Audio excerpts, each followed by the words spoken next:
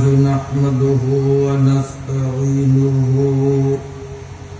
ونستغفره ونؤمن به ونتوكل عليه ونعوذ بالله من شرور أنفسنا ومن سيئات أعمالنا من يهده الله فلا مضل له ومن يضلله فلا هادي له ونشهد أن لا إله إلا الله وحده لا شريك له ونشهد أن سيدنا وسندنا وطبيب قلوبنا محمد المبعوث إلينا بشيرا ونذيرا صلى الله تعالى عليه وعلى آله وسلم تسليما كثيرا كثيرا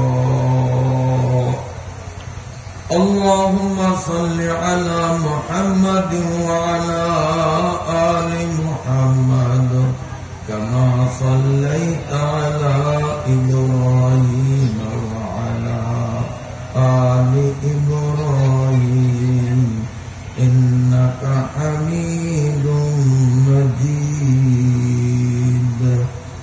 اللهم بارك على محمد وعلى آل محمد كما باركت على إبراهيم وعلى آل إبراهيم إنك حميد مجيد أما بعد فأعوذ بالله من الشيطان الرجيم بسم الله الرحمن الرحيم قل للمؤمنات يغضضن من أبصارهن ولا يبدين زينتهن إلا لبعولتهن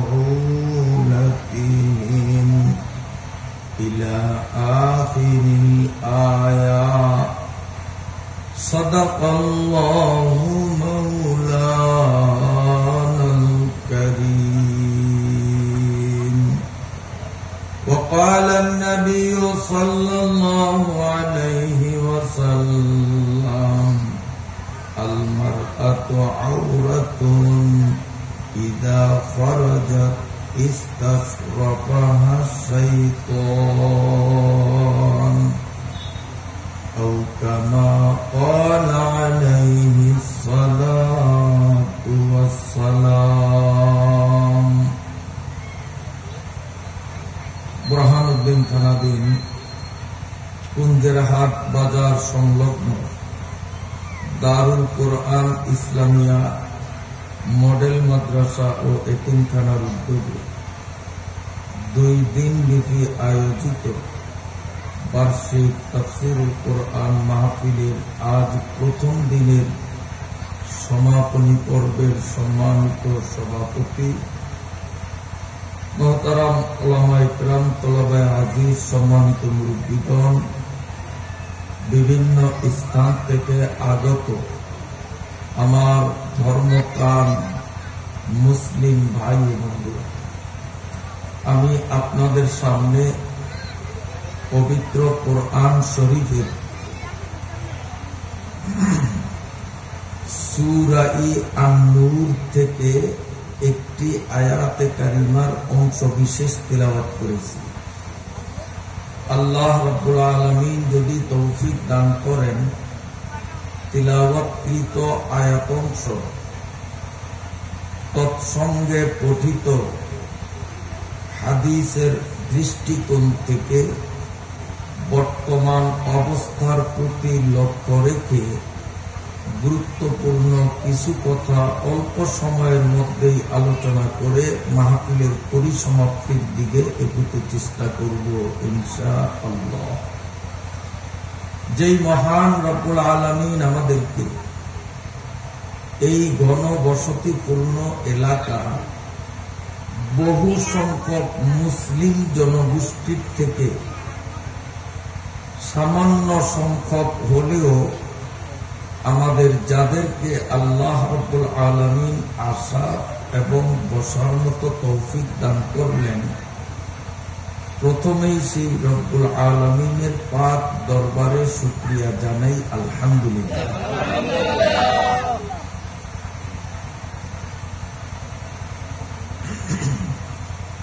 দৌলত খান নামে একটা থানা আমাদের ভোলায় আছে, আপনারা জানেন, আপনাদের কাছেই তো, বেশি দূরে না। এই দৌলত খান থানার বর্তমান যে থানা বাজার, থানা শহর, তার কিছু পূর্ব দিকে আমানি বাজার নামে একটা বাজার ছিল। আপনারা কি চিনতেন? আছেন এমন লোক এখানে? ওই যে একজনের কল্যাণারায়, যে একজনে চিনি। আমানি বাজার এখন নাই, নদীতে বিলীন হয়ে গেছে। এই আমানি বাজার তখন নাম করা বাজার ছিল। আমানি বাজারের কাছে অনেক হিন্দু ফ্যামিলি বসবাস করত। সেই হিন্দুদের এক সন্তান, তার নাম ছিল বিন্দু মহান সাধু। মনে রাখবেন, কি নাম? বয়স অল্প, আনুমানিক তখন তার বয়স ছিল 25 ঊর্ধ্ব, 30-এর নিচে। এই বিন্দু মহান সাধু হিন্দুর ছেলে হয়েও দৌলত খান উপজেলার মধ্যে কোথাও ওয়াজ মাহফিল বা তাফসির মাহফিলের দাওয়াত যদি তার কানে পৌঁছাতো, হিন্দুর পোলা সে ওই মাহফিলে অংশগ্রহণ করত। তার মুখের কথা, যে হুজুর, আমি তো একজন হিন্দু মানুষ, ময়দানে গিয়ে বসাটা আমার জন্য লজ্জাস্কর মনে হইত, এই জন্য আমি মাঠে ঢুকতাম না, আমি মাঠের বাইরে একটু দূরত্বে বসে শুরু থেকে শেষ পর্যন্ত ওয়াজ শুনতাম। এটা আক্ষেপের সাথে বলছি। আমি যতটুকু জানলাম, এই মাহফিলের চতুর্পার্শ্বে যথেষ্ট পরিমাণে মুসলমানদের বসত বাড়ি রয়েছে। আমি বহু তথ্য পাইছি।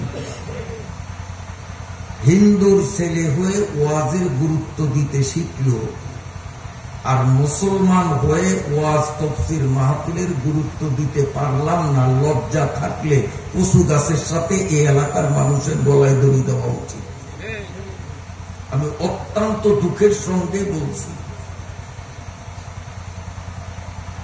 হিন্দুর ছেলে কোরআনের বাণী শোনার জন্য পাগল। আর আল্লাহ পাকের কোরআন তো এমন, বারে আলমে হুসনাত দিলো জাতা জমিদারাত, বাহারে আলমে হুসনাত দিলো জাতা জমিদারাত, বরং আসহাবে সূরতরা বাবু আরবাবে মানারা। কোরআনের দুইটা দিক, একটা হলো বাহ্যিক দিক। বাহ্যিক দিক মানে কোরআন শরীফ কেউ পড়বে, যদি তার পড়া সুন্দর হয়, কণ্ঠ সুন্দর হয়, তাহলে এই কোরআন শরীফের তিলাওয়াত শোনার দ্বারাও মানুষের অন্তরে একটা তাসির পয়দা হয়, যার কারণে কোরআন শরীফের তিলাওয়াত শুনে শুনে অনেক অমুসলিমরাও ইসলাম ধর্ম গ্রহণ করেছে শুধু তিলাওয়াত শুনে। আবার কোরআন শরীফের আরেকটা আভ্যন্তরিক দিক আছে, অর্থাৎ এর অর্থ, এর ব্যাখ্যা, এর তাফসীর জানা। তো কোরআনুল কারীমের ব্যাখ্যা তাফসীর জানলে এর দ্বারাও যেমন দিলের মধ্যে আসর পয়দা হয়, অ্যাকশন পয়দা হয়, কোরআন শরীফের তিলাওয়াত শুনলেও মন নরম হয়ে যায়। এই যে আজকে একটা ছেলে এশার নামাজের পর তিলাওয়াতে পাকের মাধ্যমে এই মাহফিলের উদ্বোধন ঘটিয়েছে, আমি কান খাড়া করে এক মনে এক ধ্যানে তার তিলাওয়াত শুনলাম। আলহামদুলিল্লাহ বলেন না? তার পড়াটা এত বিশুদ্ধ,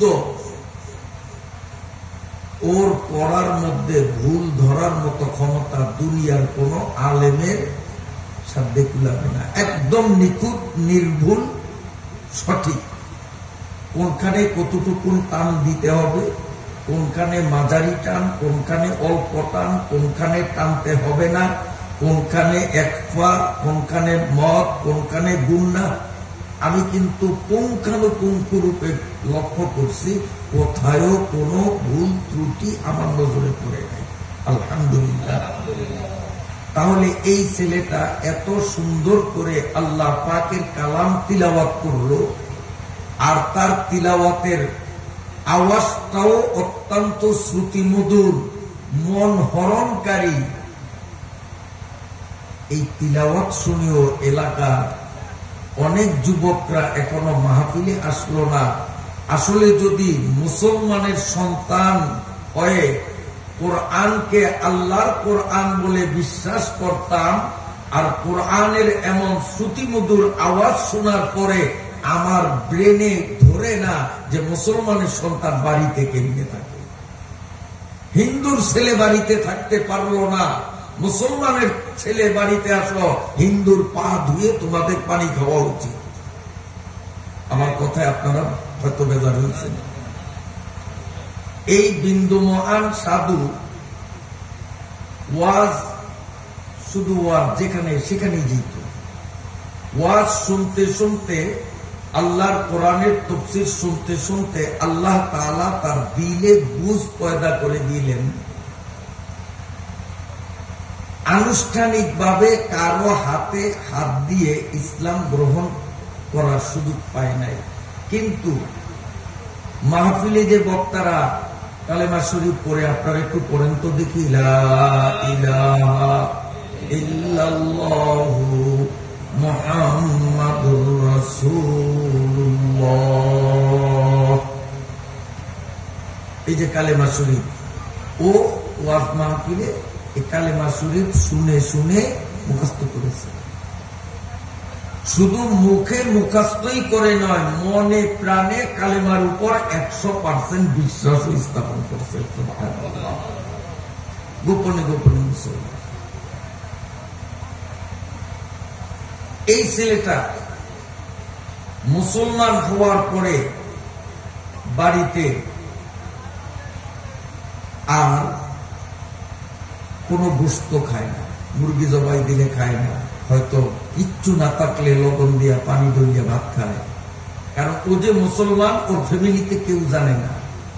ও চিন্তা করে যে ইসলাম ধর্মে অমুসলিমদের হাতে জবাই করা পশু পাখির গোশত খাওয়া হারাম। এজন্য সে গোশত খাইত না।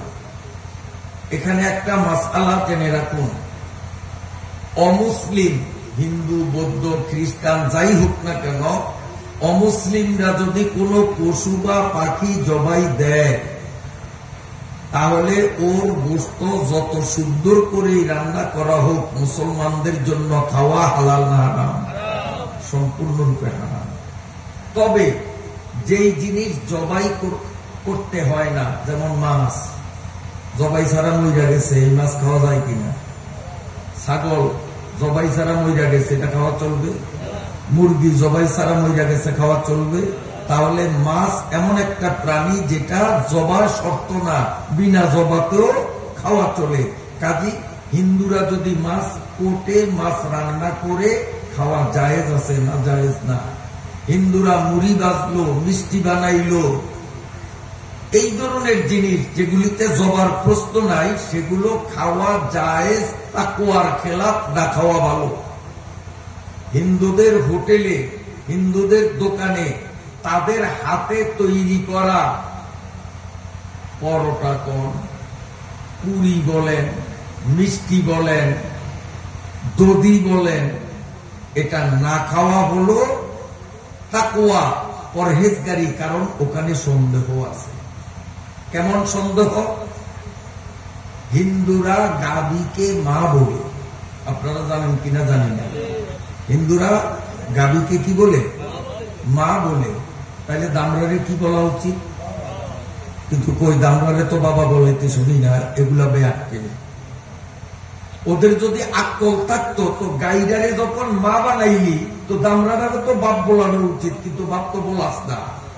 আর বাপেরে বাপ যে স্বীকার করে না তাকে সমাজে কি বলে?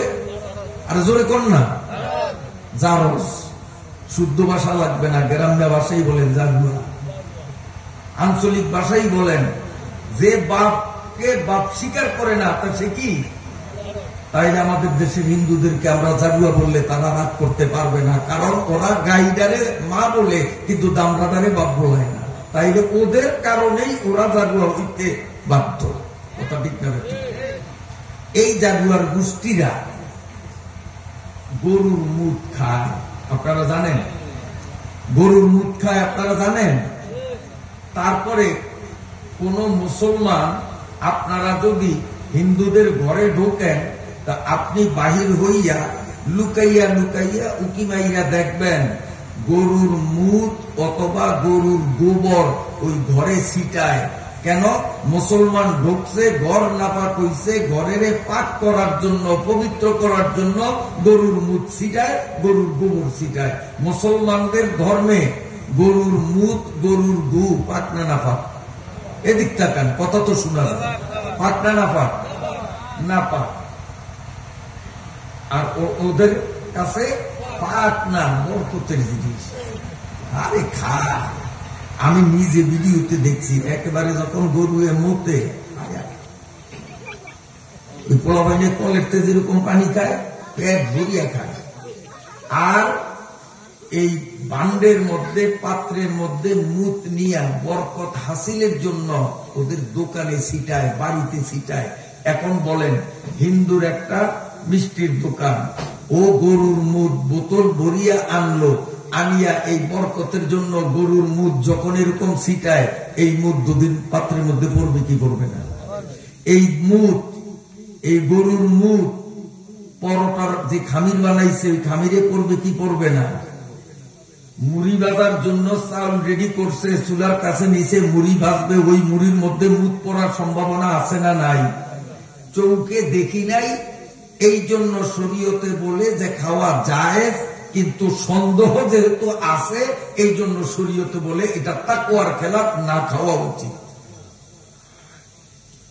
তো ওই বিন্দু মহান সাধু প্রথম গোশত খাওয়া বাদ দিল, কিন্তু তার দিলের মধ্যে আল্লাহ তাআলার কোরআন শুনতে শুনতে তাকওয়া এতটা মজবুত হলো, এখন সে ঘরে সব ধরনের খাওয়া দাওয়াই বন্ধ করে দিয়েছে, ঘরে খায় না।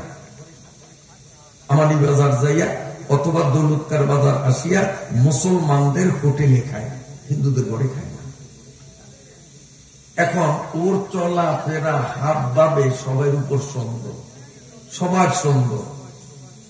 এই বিন্দু মহান সাধু পরবর্তী পরবর্তীতে তার নাম হইছে মাহবুবুর রহমান। সুবহানাল্লাহ। অর্থ কি? আল্লাহর বন্ধু। ছিল বিন্দু মহান সাধু, এখন হইল কি আল্লাহর বন্ধু। মাহবুবুর রহমান মানে কি? বর্তমান তার নাম মাহবুবুর রহমান। বাংলা অর্থ কি? দয়াময় আল্লাহর বন্ধু। মাধ্যম কি? ওই অবস্থার থেকে এই অবস্থায় আসার মাধ্যম হলো ওয়াজ মাহফিল, তাফসির মাহফিল। এই তাফসির মাহফিলের বরকতে বিন্দু মহান সাধু মাহবুবুর রহমান হয়ে গেল। কপাল পোড়া মুসলমান নিজের বাড়ির এলাকায় কোরআনের মাহফিল পাইয়াও নিজের মুসলমান দাবি করিয়া তুমি আসতে পারলা না। এর চেয়ে লজ্জা পৃথিবীতে আর লজ্জাজনক কিছু থাকতে পারে বলে আমার মনে হয় না। এই জন্য বলবো, মাইকের আওয়াজ যতটুকু জায়গায় পৌঁছায়, মুসলমান বিশেষ করে যুবক বন্ধুরা যারা আছো, তোমাদের পায়ে অনুরোধ করে বলবো, তোমার বিবেকরে তুমি জিজ্ঞেস করো আমি হিন্দু না মুসলিম। যদি তোমার বিবেক বলে যে আমি মুসলিম, তাহলে তোমার বিবেককে আবার প্রশ্ন করো, কোরআন এটাকে আল্লাহর বানানো কিতাব না হুজুরগো বানানো কিতাব? যদি তোমার ব্রেন বলে যে না কোরআন আল্লাহর কিতাব, আর সেই আল্লাহর কিতাবের তাফসীরে না আসিয়া তুমি বাহিরে রইলা, এটা তুমি অন্যায় করেছো না ন্যায় করেছো? তোমার সুষ্ঠু বিবেক যদি তোমাকে বলে যে আমি তো মহা অন্যায় করেছি, তাহলে সর্বোচ্চ 5 মিনিট টাইম তোমাদের দিলাম। যদি মাথায় গিলু থাকে, আক্কেল থাকে, বুদ্ধি থাকে, লজ্জাবোধ যদি তোমাদের মধ্যে থেকে থাকে, আল্লাহর কোরআনের প্রতি যদি বিন্দু বিসর্গ বিশ্বাস তোমাদের থাকে, মাইকের আওয়াজ যতটুকু জায়গায় পৌঁছায়, একটা মুসলমানও বাহিরে থাকতে পারবা না। অনতি বিলম্বে আল্লাহর কোরআনের মাহফিল ময়দানে চলে আসো। বিন্দু মহানকে যদি আল্লাহ মাহবুবুর রহমান বানাইতে পারে, তোমরা তো বিন্দু মহান না, তোমরা তো সেই মাহবুবুর রহমান, তরিকুল ইসলাম, রফিকুল ইসলাম, আল্লাহ রাব্বুল আলামিনের একান্ত আপনজন হিসাবে আল্লাহ কবুল করিয়া নিতে পারেন কি পারেন না? একে চশমে দাদান গাফেলা যা এনাবাসী, একে চশমে দাদান গাফেলা যা এনাবাসী, শায়দ কে নেগায়ে গুনাহ আগা এনাবাসী। কোন সময় কোন হালতে আল্লাহ কার কপাল খুলে দেয় বলা যায় না। আমার কথায় কি আপনারা রাগ করছেন না? আমি কিন্তু মনে ব্যথা নিয়ে কথা বলতেছি, কারণ যুবক শূন্য মাহফিল আমার জীবনে এই প্রথম দেখলাম। এখন তো আমার এক পা কবরে, এক পা উপরে, বোনাসে আছি, বুড়ো হয়ে গেছি। কিন্তু আমার ছাত্র জীবন থেকে আজকে প্রায় 50 থেকে 60 বছর এই বয়ানের ময়দানে আমি মেহনত করতেছি। সারা বাংলাদেশের 64টি জেলা আল্লাহ আমাকে এই বয়ানের মেহনত নিয়ে ঘোরার তৌফিক দিয়েছেন। সারা বাংলাদেশের 64টি জেলায় আজকের মতো এমন ঐতিহাসিক মাহফিল জীবনে প্রথম পাইলাম। এরকম হইলে এটা যদি বুঝতাম, খোদার কসম বলার থেকে আমি আসতাম না, সত্যি আমি আসতাম না। আশ্চর্য ব্যাপার। আল্লাহ তাআলা তৌফিক দান করুন, আল্লাহ তাআলা তৌফিক দান করুন। আল্লাহ, এই বিন্দু মহান সাধু প্রথম গোশত খাওয়া বাদ দিছে, পরে তাকওয়ার খাতিরে ডাইল খাওয়াও বাদ দিছে। কে জানে ডাইলের মধ্যে আবার সে গরুর মুখ সিটা গেছে কিনা। তার ভিতরে তাকওয়া। আমার আল্লাহর কাছে আমি কি জবাব দেব? তখনও সে আনুষ্ঠানিকভাবে মুসলমান হয় নাই, কিন্তু সে যে মুসলমান হয়ে গেছে, তার পরিবার, আত্মীয় স্বজন, গ্রামবাসীরা তার প্রতিসন্ধিয়া। এজন্য তাকে তারা সব সময় ফলো করে। এই বিন্দু মহান সাধু আমাকে বলছে, ভাইজান,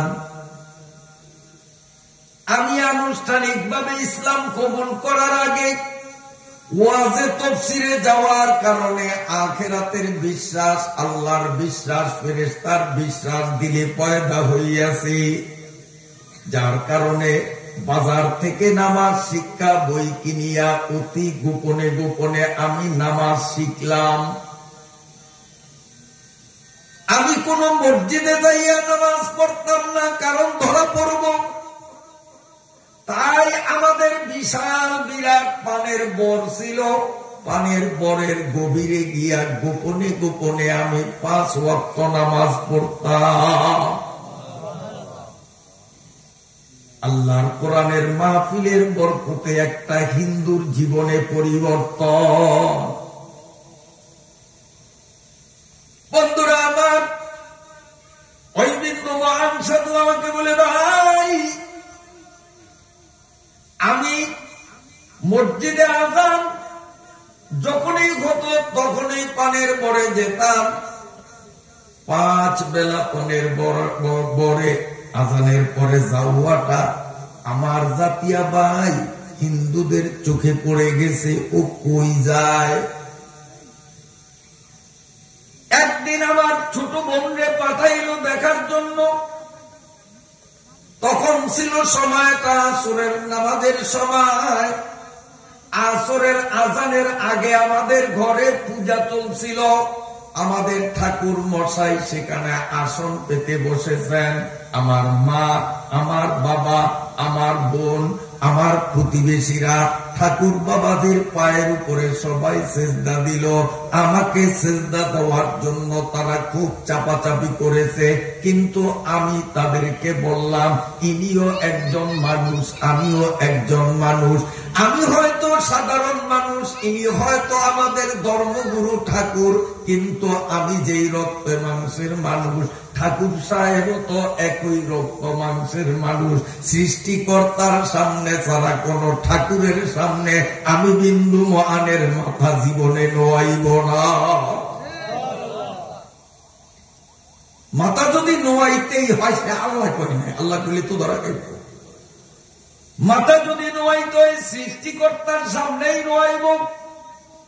হাজারো চেষ্টা করলো, কিন্তু সবাই ঠাকুরের সেজদা দিলেও বিন্দু মহান সাধু কিন্তু সেজদা দেয় নাই। 25 থেকে 30-এর মধ্যে তখন তার বয়স চলে, বিয়ে শাদীও করে নাই। আসরের আযান যখন হলো, ও পানের বরের গভীরের দিকে পথ চলল। সবাই মিলে তার ছোট্ট বোনটারে পাঠাইয়া দিল। ও কই যায় একটু দেখ, প্রতিদিন যায়, আযান শুনলেই যায়, আবার আসে, কি করে দেখায়। মেয়েটা দূর থেকে দেখলো তার ভাই নামাজ পড়তেছে। আইসাই যখন বলল, ভাইয়ারে নামাজ পড়তে দেখি, সে তো মুসলমান হয়ে গেছে। এই বিন্দু মহানের বাবা, বিন্দু মহানের ভাই, বিন্দু মহানের বোন, বিন্দু মহানের মা, আরো গ্রামবাসীরা সব পানের বরজের ভিতরে ঢুকিয়া নামাজরত অবস্থায় বিন্দু মহানের সাই মারা মারলো। বাবা মারলো না, ভাই মারছে, ভাই মারছে। এই কথাটা যখন আমারে শোনায়, তার 2 চোখ থেকে গড়গড় করে পানি পড়তেছে। ও আমারে বলে, ভাই যান, আমি লক্ষ্য করছি জোরে জোরে আমার গায়ে আমার বড় ভাই আঘাত করে, আমি আঘাতের ব্যথা সহ্য করেছি, তবুও মালিকের হুকুম নামাজ ছাড়ি না। আমি আমার বড় ভাইয়ের হাতে এত নির্যাতিত হলাম, অত্যাচারিত হলাম, তারপরেও আমি নামাজের নিয়ত ছাড়ি নাই। আমি মনে মনে দৃঢ় প্রতিজ্ঞা করেছি, মালিক তুমি মুসলমান জাতিকে যত বিধান দিয়েছ, তার মধ্যে সবচেয়ে বড় বিধান নাকি নামাজ। আমি এই নামাজ পড়তেছি, হিন্দুরা আমারে পিটাইয়া যদি মারিয়াও ফালায়, আমি মরিয়া যাইতে রাজি, তবুও তোমার নামাজ ছাড়তে রাজি না। আয় দোস্ত আগার যা তালাবি যা বতু বক্সাম, আয় দোস্ত আগার যা তালাবি যাবতু বখশাম ওয়াজ যাচে আজিজ আস্তে বগু আবতু বখশাম। আসলে তো দিলের মধ্যে মাওলার মহাব্বত থাকতে হবে, আর মাওলার মহাব্বত পয়দা করার জন্যই হলো ওয়াজ মাহফিল, তাফসীর মাহফিল। এই ওয়াজ তাফসীর মাহফিলে আসিয়া এক বিন্দু মহান সাধু নয়, হাজারো প্রমাণ আমাদের বাংলাদেশের মধ্যে রয়েছে। গত কয়েকদিন আগে একটা হিন্দু মেয়ে ভোলা কলেজে অনার্স করতেছে, আমার বাসায় আসলো। ওই মেয়েটা মুস্কি হাসি দিয়ে বলছে, হুজুর আমার একটু দোয়া করিয়েন। দুনিয়ার মানুষ জানে আমি হিন্দু, কিন্তু আমার আল্লাহ জানে। আর আপনি এখন জানতেছেন। এক মুসলিম মহিলার সাথে আসছে, বলল এই খালাম্মা আর আপনি আর আমি ছাড়া এই পৃথিবীর কেউ জানে না আমি যে মুসলিম। পৃথিবীর সমস্ত মানুষ জানে আমি হিন্দু। আপনারা দুইজন আর আমি একজন, তিনজন। আর আমার মালিক আমার আল্লাহ, এই চারজনে জানি আমি বর্তমানে হিন্দু নই, আমি মুসলিম। গত কয়দিন আগে আসছে আমার বাড়িতে। তাও মূর্খ না, অনার্স করতেছে। আল্লাহ, আমি মেয়েটার দিকে দিকে অবাক হয়ে গেলাম। আমি বললাম, বোন তুমি এইভাবে পরিবর্তন হওয়ার পেছনে কারণটা কি? আমাদের জবাব দেয়, হুজুর আমি মেয়ে মানুষ, যেখানে সেখানে যেতে পারি না। আমি যেই হলরুমে থাকি ধারে কাছে কোথাও যদি মুসলমানদের ওয়াজ মাহফিল, তাফসীর মাহফিল চলে, আমি আমার হলের ছাদের উপর কুয়াশায় বসে বসে এক মনে এক ধ্যানে আল্লাহর কোরআনের তাফসীর, নবীজির হাদিসের বাণী শুনতাম। ওই মেয়েটা বলে, হুজুর আমি মেয়ে, একে তো মেয়ে মানুষ, আবার আমি বিজাতি হিন্দু। মাহফিলের ভিতরে সরাসরি যাওয়ার কোন সুযোগ আমার ছিল না। তাই আবেগ প্রবণ হয়ে আমি ছাদের উপর কুয়াশায় ভিজে সারা শরীর সিক্ত বানিয়ে হলেও মাহফিল শেষ না হওয়া পর্যন্ত আমি তিল পরিমাণ নড়তাম না। এক মনে এক দিনে 1, 2, 3, 4, 5 এইভাবে দিন দিন যখন মাহফিল শুনলাম, আল্লাহর কোরআনের বাণী, নবীজির হাদিসের বাণী শুনতে শুনতে আমার মনে বিশ্বাস হয়ে গেছে, পৃথিবীতে সত্য ধর্ম থাকলে একটাই আছে, কি নাম? ইসলাম। এবং সৃষ্টিকর্তা, ইবাদতের একমাত্র মালিক আল্লাহ, যার সামনে হাসরের ময়দানে আমার জীবনের হিসাব দেওয়া লাগবে। কপাল ভালো হলে ঠিকানা জান্নাত, নইলে জাহান্নাম। বিষয়গুলো আমার পুরাপুরি বিশ্বাস হয়ে গেছে ওয়াজ শুনতে শুনতে, যার কারণে গোপনে গোপনে আমি একা একা মুসলমান হয়ে গেছি। আমি বললাম, তাহলে তুমি কোর্টে এফিডেভিট করে একজন হুজুরের হাতে কলেমা কেন পড়ছো না? মেয়েটা বলে, হুজুর আমি এখন অনার্স করি, সামনে আমার টার্গেট আমি মাস্টার্স কমপ্লিট করব। আমি গণপ্রজাতন্ত্রী বাংলাদেশ সরকারের একটা উচ্চ পদের চাকরি খুঁজব। আমি যখন চাকরিতে নিয়োগ পাব, স্বয়ং সম্পূর্ণ হব, তখন আমি আনুষ্ঠানিকভাবে মুসলিম বলে ঘোষণা দিব। কারণ এই মুহূর্তে ঘোষণা দিলে আমার বাবা আমাকে বিচ্ছিন্ন করে দিবে, লেখাপড়ার খরচ আর পাব না। সেই স্বার্থে আমি গোপন রাখছি। এলাকার বাবারা, এই যে একটাই হিন্দু ছেলে আর একটাই হিন্দুর মেয়ের কথা বললাম, কোরআনের বাণী শুনিয়া যদি তাদের জীবনে এমন আমূল পরিবর্তন আসতে পারে, এই জিন্দা কোরআনের মাহফিল তোমার এলাকায় প্রতিদিন চলবে না, শুধুমাত্র আজ আর আগামী দিন, এরপরে তো আর চলবে না। এই 2টা দিনের জন্য একটু ত্যাগ স্বীকার করে এসে দেখো আল্লাহর কোরআন দ্বারা উপকার হয় কিনা। আল্লাহ তাআলা আমাকে আপনাকে কবুল করলেন কোরআনের মাহফিলে আসার জন্য, এই জন্য অন্তর থেকে আল্লাহকে শুকরিয়া জানাই, আলহামদুলিল্লাহ।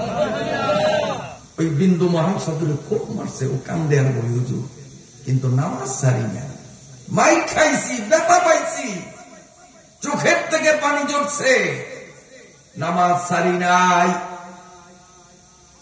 কিন্তু আনুষ্ঠানিকভাবে তখনও সে মুসলিম বলে নিজের প্রকাশ করে নাই সেই অবস্থায়। আর আমরা মুসলমানের ঘরে জন্ম নিলাম, 14 পুরুষ না 1000 পুরুষ দরিয়া আমরা বংশানুক্রমে মুসলিম, এরপরেও নামাজে আমাদের পাওয়া যায় না। এই মুসলমানগুলো আসলে হিন্দুর চেয়েও নিকৃষ্ট অপদার্থ, এগুলো মানুষের কাতারে পড়ে না। ঠিক না বে? ঠিক, মানুষের কাতারে পড়ে না। ওরে দইরা ইনা বাড়িতে আবার মারল। দৌলত খানের একজন উচ্চ বড় মাপের ব্যবসায়ী বিজয় বাবু, হয়তো আপনারা চিনতেও পারেন, নামি দামি ব্যবসায়ী, বড় ব্যবসায়ী।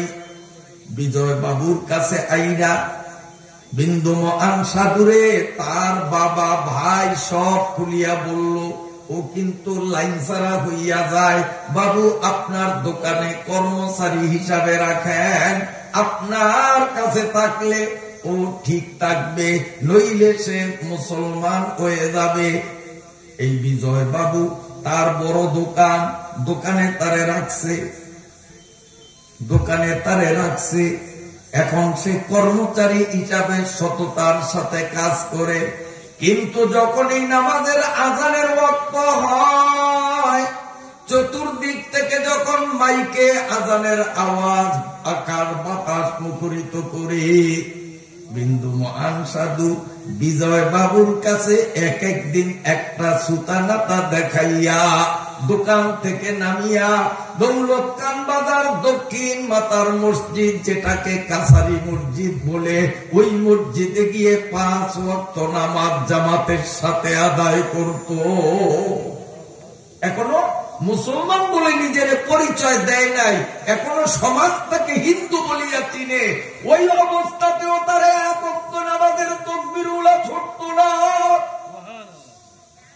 আর 14 পুরুষ নয়, 1000 পুরুষ দরিয়া মুসলমান। ও কপাল পোড়া মুসলমান, তোর বাড়ির দরজায় কোরআনের মাহফিল তোরে পাওয়া যায় না, তোর বাড়ির দরজায় মসজিদ তোরে নামাজে পাওয়া যায় না। হিন্দুর পাও ধুইয়া পানি খাওয়া উচিত।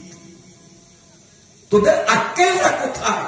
যারা মাহফিলে আসলি না, আসলে আক্কেল, বুদ্ধি, জ্ঞান, বিবেচনা বোধ, লজ্জা যদি থাকে, তাহলে এই কথা শোনার পরে এখনো বাড়িতে থাকতে পারে, রাস্তাঘাটে থাকতে পারে। 2-1টা দেখছি আসছে, ওখানে আইসা বেশকি দিয়া উকি মাইরা আবার চলে গেছে। আসলে আক্কেলের অভাব, লজ্জার অভাব, শিক্ষার অভাব। যদি আক্কেল থাকে, বিবেক বিবেচনা বোধ থাকে, উচিত ছিল এতক্ষণে যুবকদের 100% 100টা মাহফিলে আসা উচিত। শুধু বুড়িয়ারা আসছে। আচ্ছা বলেন তো, আকাম কুকাম বুড়িয়ারা বেশি করে না জোয়ানরা বেশি করে? আর জোরে কোন জোয়ানরা নাই থাকলে না ডরাইতেন যে আবার ওরা ক্ষেত্রে মিছিল শুরু করে কিনা। আজ তো বুড়িয়ারাই আছে। তো বলেন না দেখি, আকাম কুকাম কারা বেশি করে? সেমৃগ দিকে কোন নজরে তাকায় এই বুড়িয়া গাই যে সাদের গাদিয়া রয়েছে, দাড়ি সাদা, এরকম বুড়িয়া কি সেমরি যেমন করলে চায়? আর কথা কর না, কার চায় না? চায় কারা? যুবকরা। এই যে শীতকাল আইছে, আরেকজনের খুব বাঙ্গা আট চুরি করিয়া বিলের কিনারে পিকনিক খায়, এই বুড়িয়ারা এই যে সাদের গাদি আমার সামনে বলছে কান বাঙ্গিয়া, এরকম বুড়িয়ারা কারা? কারা? কথা কয় না কার? এই মোবাইল দিয়া ফেসবুক চালাইয়া এই বেঈমান কাফের মুশরিক ল্যাংটা মহিলাদের নাচন চায়, এ বুঝিয়ারা চায়, কারা চায়? এ কারা চায়? যুবকেরা চায়। তাইলে যত অন্যায় অপরাধ, জুলুম, নির্যাতন, হারাম, কবিরা গুনাহ, মাকরু, এগুলা জোয়ানরা বেশি করে না বুড়িয়ারা বেশি করে? তাইলে জোয়ানেরা বেশি করে। জোয়ানরা ইসলামের দৃষ্টিকোণ থেকে এই অপরাধের দায়ে তারা রোগাক্রান্ত। আমরা হুজুররা কইলাম ডাক্তার, মেডিসিন হইল আল্লাহ পাকের কোরআন। এখন আমসা হইছে একজনের, ট্যাবলেট খাওয়াইতে বইছে আরেকজনের। বেরামে ধরছে জোয়ান করে, আর কোরআনের ট্যাবলেট এখন খাওয়ানো বুলিয়া করে। এই সমাজ কোনদিন পরিবর্তন হবে? জীবনেও না। কারণ আমসা আমার, ট্যাবলেট খাওয়াইলাম ওরে, ভালো হইব আমার আমসা? উচিত ছিল আপনারা বুড়িয়ারা বাড়িতে ঘুমাইতেন, আসলে বালা না আসলেও বালা, জোয়ান গুলি সব আসা দরকার ছিল। কোরআনের কিছু ভিটামিন, কিছু ক্যাপসুল, রোগ প্রতিষেধক ঔষধ তাদেরকে দিতাম। যদি কোরআনের এই ঔষধে ওই হিন্দু ছেলে পরিবর্তন হয়ে যেতে পারে, হিন্দু মেয়েটা পরিবর্তন হয়ে যেতে, এই মুসলমানের বাচ্চা যুবকরা একটু কোরআনের কাছে আয়, আল্লাহ কোনো কবুল করতে সময় লাগবে না। করছেন আপনারা? এই বিন্দু মহান সাধু কার দোকানে চাকরি করে ভুলে গেছেন?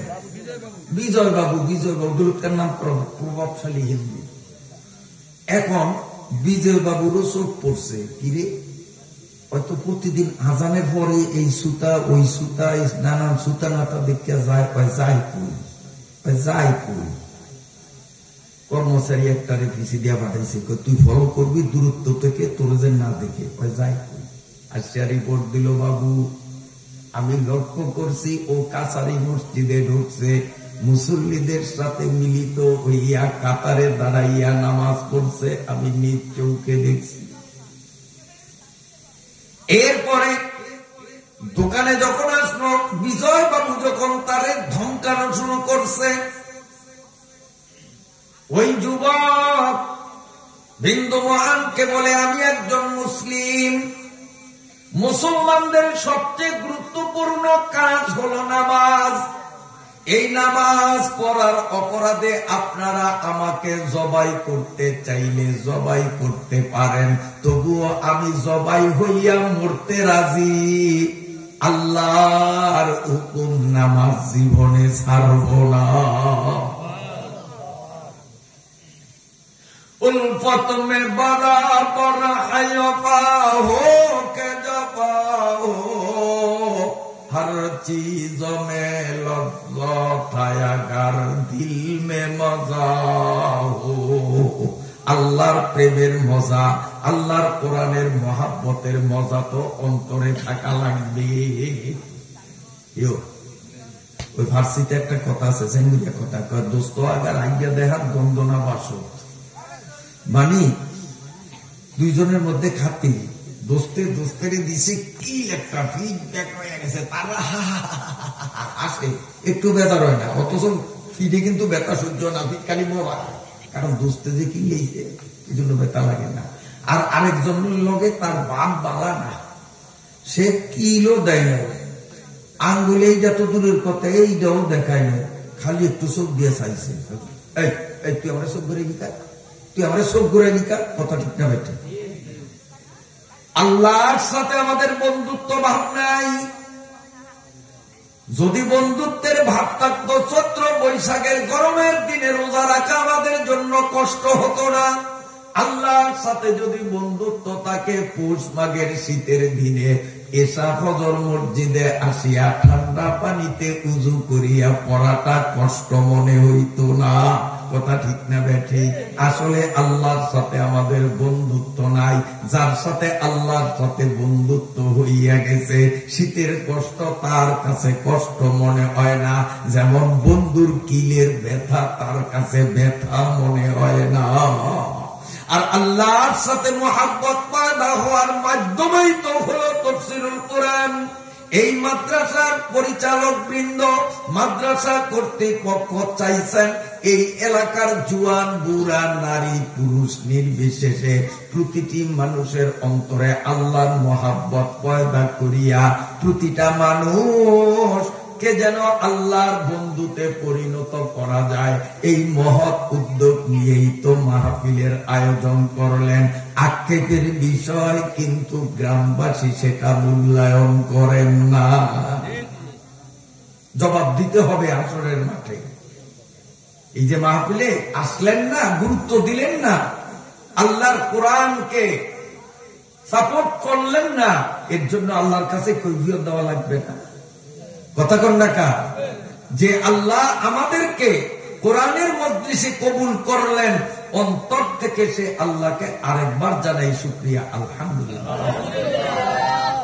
বিন্দু মহান সাধুরে বিজয় বাবু যখন খুব ধমক দিল, মারবে, তোর বাপ বাইরে খবর দেব, ও এই ফাঁকি দিল এক দৌড় দিয়া দক্ষিণ মাথায় বিজয় বাবুর দোকান ছিল, এক দৌড়ে উত্তর মাথা পর্যন্ত খালি দৌড়ে। সবাই কি ঘটনা কি এর দৌড়ে? এ তো বিজয় বাবুর দোকানের কর্মচারী। কি হইল? মানুষের পিছে পিছে দৌড়ায়। আস্তে আস্তে উত্তর মাথা মসজিদের সামনে আসছে। তখন সরপাতা ইউনিয়নের সাবেক চেয়ারম্যান মাওলানা আব্দুর রহমান সাহেব, চিনেনি আপনারা? এখন বুড়ো হয়ে গেছে। তখন একটা 50 মোটর সাইকেল চালাইতেন উনি। সরপাতার থেকে 50 মোটর সাইকেল চালাইয়া উনি ওই দৌলতখান বাজার উত্তর মাতার মসজিদের সামনে আসছেন। মানুষের ভিড় দেখিয়া গাড়ি শুরু করলেন। তখন বিন্দু মহান সাধু হাত জাগাইছে, হুজুরে গাড়ির থেকে নামছে। নামার পরে লোকজন জিগায়, তুই দৌড়াসকা? আমি তো বহুত আগে মুসলমান হয়েছি, তবে কোন হুজুরের হাতে হাত দিয়া না, নিজের মন থেকে। সেই দিন থেকে আমি 5 ওয়াক্ত নামাজ তাকবীরে উলার সাথে আদায় করি। সেই দিন থেকে রমজানের রোজাগুলো আমি রাখি। সেই দিন থেকে আমি ঢিলাকুলুক নিয়মিত ব্যবহার করি।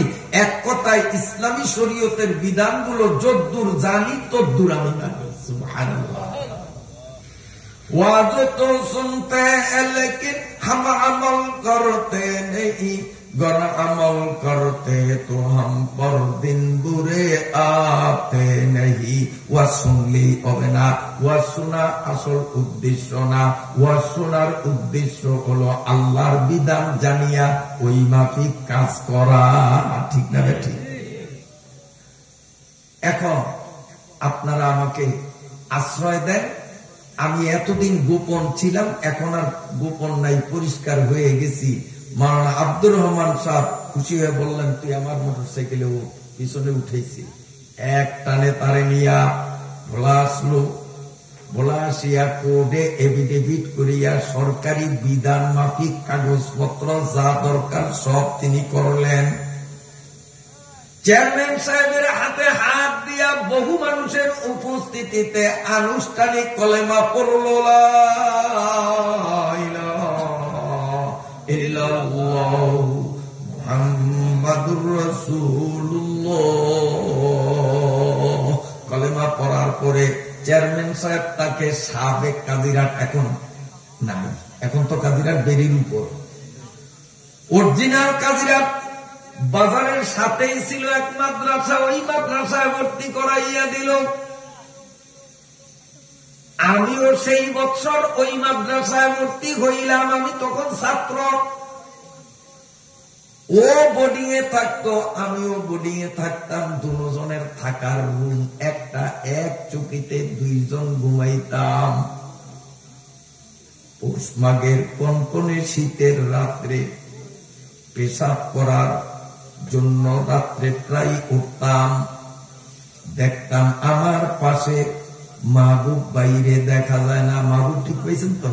এখন আর বিন্দু মহান না, এখন মাহবুব। সুবহানাল্লাহ। কিরে ওই গেল কই?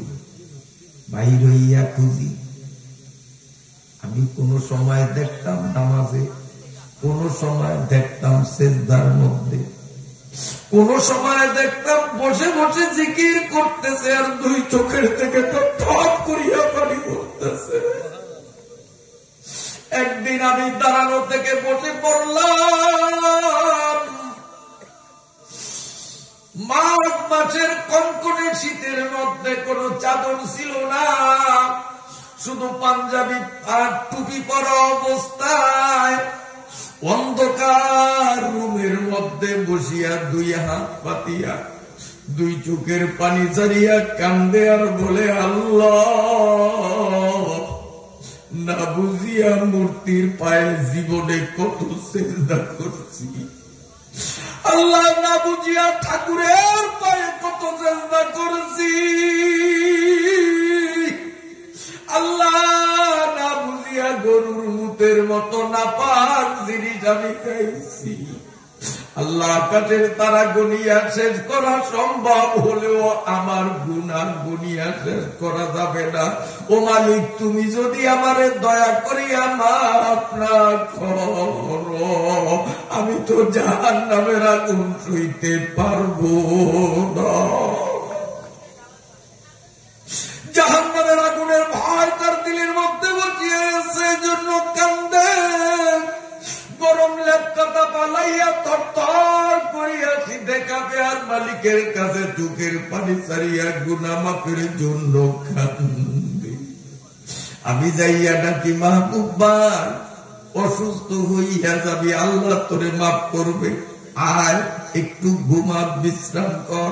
আমার তো ভাই তুমি চলিয়া যাও,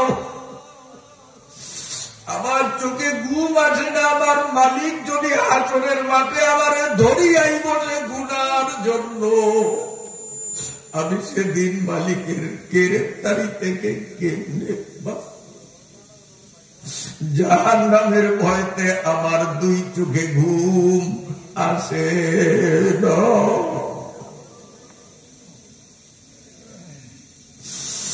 আমার দুই চোখে ঘুম আসে না রে ভাই আছেন, তুই যায় ঘুমা। হাসরের ময়দানে আমার আল্লাহ যদি বলে মাহবুব হিসাব দিয়া যাবি, তুই হিসাব দিতে পারবো না। সেদিন আমার কি অবস্থা হবে? হাসরের ময়দানের কথা মনে পড়লেই আমার কলিজায় কামড় মারে, চোখের ঘুম ছুটিয়া যায়। ইদা খালাফিজ যুলামি মুবতাহিলা আজাবাহুল্লাহু থুম্মা লাব্বাহু সাআলতা আবদি ওয়া আনতা ফি কানাফি ওয়া কুল্লামা কুলতা কাদ সামি'না। আল্লাহর বান্দা যখন চোখের পানি ছাড়িয়া নির্জন পরিবেশে বসিয়া মালিকের কাছে হাত তুলিয়া একবার যদি মালিক রে আল্লাহ বলিয়া ডাক দেয়, জোরে বলেন আল্লাহ, এই আওয়াজে হবে না, আওয়াজটা এমন জোরে দিবেন যারা এখনো ময়দানে আসে নাই তারা ধারণা করছে যে নবীপুরি হুজুরে খালি ফিল্ডে উইন করতেছে। আমি বুদ্ধিমানে যেমন যাই নাই, এই এলাকার কোন বুদ্ধিমান যায় না, মাঠ খালি। এই জন্য আপনারা এমন জোরে আওয়াজ তুলবেন যাতে আপনাদের আওয়াজ এই মাইকে টানিয়া মাইকের সুঙ্গার মধ্য দিয়া ওদের কানের ভিতরে যেন ঠেলিয়া ঢুকাইয়া দেয়, আর ওরা বোঝে আমি গাদায় মাহফিলে না গেলেও আল্লাহর অনেক বন্দারা মাহফিলে আছে। আপনারা জোরে বললে না মাইকের মাধ্যমে ওরা অবস্থা পাইবে, আস্তে করলে কি মাইকে টানবে? এই জন্য ওদের ভুলটা ভাঙ্গানো দরকার না। এই জন্য আপনারা জোরে বলতে পারবেন, দুই তিনজনে পারবো, বুড়িয়ারা পারবো, জোয়ানরা পারবো না। কারণ বুড়িয়া গোগাও বল আছে, জোয়ান গোগাও বল, ওই দিন বুড়িয়া হাত উঠায়, কিন্তু জোয়ানরা হাত উঠান তো দূরের কথা, শিকার হয় না। তবু কপালেও ভোগ আছে, লেখিয়া রাখবো, কপালে বিয়া নাই। কারণ সবাই দেখবো যে বুড়িয়াগো গায়ে হিম্মত আছে, হয়তো বুড়িয়াগো জন্য নতুন করে বউটো গাইবো, বিয়া একটা করাইবো, যে হিম্মত আছে, সাহস আছে, শক্তি আছে। আর তোরা যখন আওয়াজ তোলার স্বীকৃতি দিলি না, হাত তো তোলা দূরের কথা, মুখেই স্বীকৃতি দিলি না, তো এলাকার মুরব্বীরা বুঝবো যে ফেসবুক চালাইতে চালাইতে এই নেগেট ছবি দেখতে দেখতে এতে সালাম শেষ, ব্যবসা করবো কি দিয়া, কপালে বউ নাই, বিয়া নাই তবু কপালে। যদি বিয়া করতে চাস, সংসার পাতাইতে চাস, দাদা যাতে তাড়াতাড়ি বিয়ার জন্য চিন্তা ভাবনা করে দাদার মোটিভটা যদি ভিড়াইতে চাস, তাইলে আওয়াজ কিন্তু জোরে দিতে হবো, নাইলে আটকুরাই থাউন লাগবো। আমি কইয়া গেছি বিয়া কবলে নাই, পারবি জোরে আওয়াজ দিতে যুবকরা? মাশাআল্লাহ, আল্লাহর শুকরিয়া, যুবকরা অল্প সংখ্যক হইলেও কিছু আসছে, ইনশাল্লাহ আসবে, ইনশাল্লাহ আসবে। আল্লাহ যারে কবুল করে আসবে। তবে আমি আশাবাদী। আমি আয়াত পড়েছি সূরা নূর থেকে, কোরআন শরীফের 18 নম্বর পারার সূরা নূরের এত বড় একটা আয়াতের এর দূর মাত্র পড়ছি, অল্প পড়ছি, বেশি পড়ি নাই। ইনশাআল্লাহ আমি শুধু এই আয়াতের আলোচনায় গেলাম না কেন, যুবকদের আগমনের অপেক্ষায় আছি। আমার মন আগের থেকে অনেকটা পরিষ্কার হওয়ার পথে। যেই দুঃখ নিয়ে বসছি, দুঃখ আল্লাহ চাইতে একটু একটু কমতেছে, কারণ ওই যে যুবকরা আইতেছে, ওই যে মাশাআল্লাহ আরেকজন আছে, বলেন আলহামদুলিল্লাহ, আলহামদুলিল্লাহ, আলহামদুলিল্লাহ। ইনশাআল্লাহ আসবে, আসবে।